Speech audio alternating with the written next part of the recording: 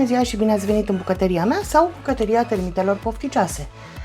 Pentru că cineva a avut o poftă și mi-a cerut un ostropel de pui așa cum mânca când era copil, cu piure, m-am gândit să fac poftele, cum fac eu de obicei, drept pentru care am scos pulpe de pui, le-am decongelat, le-am scos din ladă, le-am decongelat, le-am spălat și ne apucăm de treabă. Mi-am mai pregătit și o căpățână de usturoi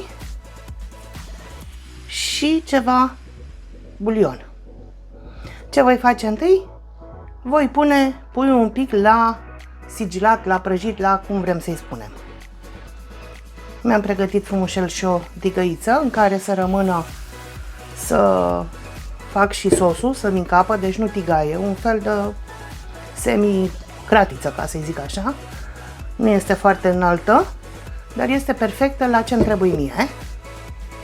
Și cum am spus, puțin ulei și punem la prăjit pulpițele.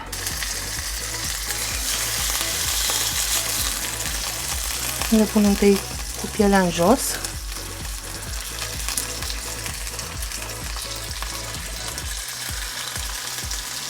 Le las câteva minute, după care le pun, le întorc, le mai las câteva minute, după care pun restul. Hai mă! Deci nu vrea să ia în furculiță, neam, și eu nu vreau să pun mâna.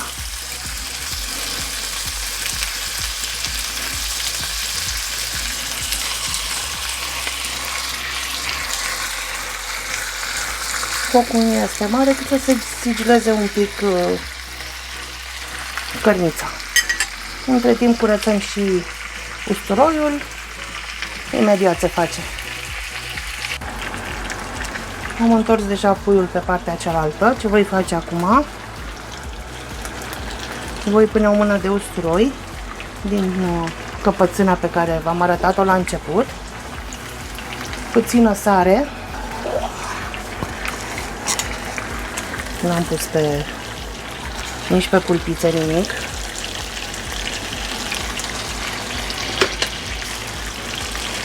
Am grijă să nu se ardă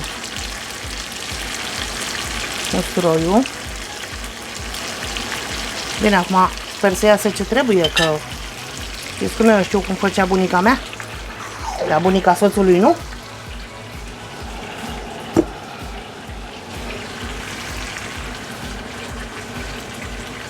Și acum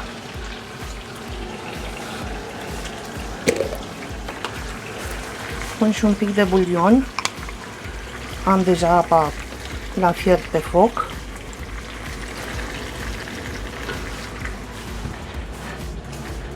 În mod normal trebuia să scot pulpele, dar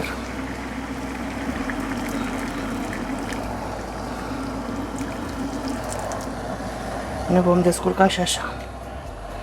Dacă nu, scoatem pulpele.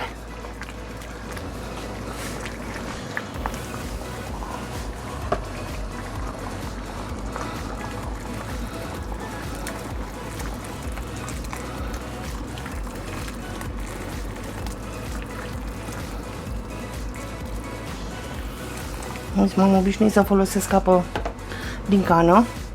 Acum am fiert-o ca să meargă mai repede.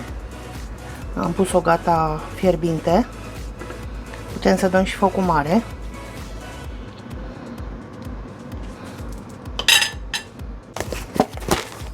Și acum voi pune așa câteva boabe de piper.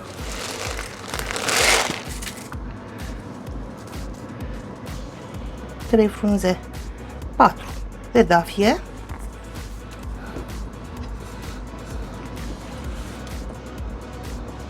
Și lăsăm să fiarbă până e cărnița făcută.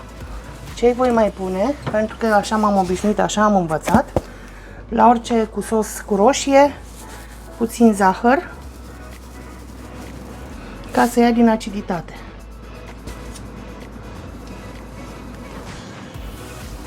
Și acum lăsăm să fiarbă, nu avem nicio grijă la el. Între timp vom curăța cartofii pentru piure.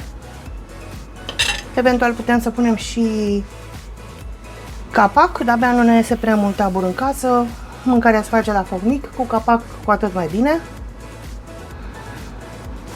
Și am dat focul mic.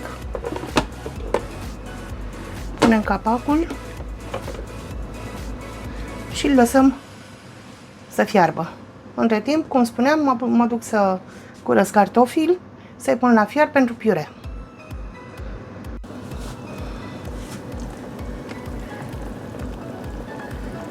Așa arată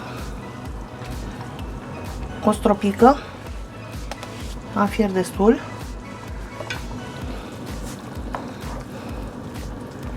Eu după mine aș pune și verdeață, dar niște pătrunjeli aș pune. Dar dacă așa e comanda, așa facem. Înainte să-i sting focul, restul de căpățână de usturoi punem frumușel pe deasupra. Eu așa am învățat de la bunica mea, de la babaia mea. Băgăm frumos în sos.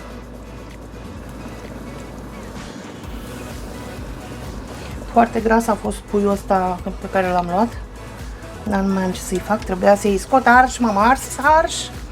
Am pus mâna pe capac atâta. Asta este. Am stins focul și lăsăm. Cum spuneam, am pus și de piure. Piureul fierbe. Mai lăsăm să fiarbă piureul, îl facem și când vin termitele, că sunt pe drum, ne putem așeza la masă. Rică, o stropică este gata. L-am pus și în farfurie că au venit și termitele pofticioase și gălăgioase. Însă și gustăm un pic, toate că am mai gustat, îmi plouă în gură.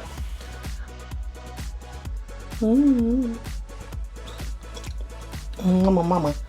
Deci e beleaie, sosul e... Nu-i mai trebuie nimic. La piure mai trebuie un pic de sare, dar na. Dăm și la soacră și nu putem să o omorâm încă. Vă recomand să încercați și rețeta mea, sper că v-a plăcut. Vă mulțumesc că ați stat cu mine în bucătărie și vă aștept și mâine la o nouă rețetă. Eu am înghițit în sec, nu știu dacă s-a simțit. Îmi plouă în gură, drept pentru care ne grăbim, ne ducem la masă. Ne vedem mâine, vă pup!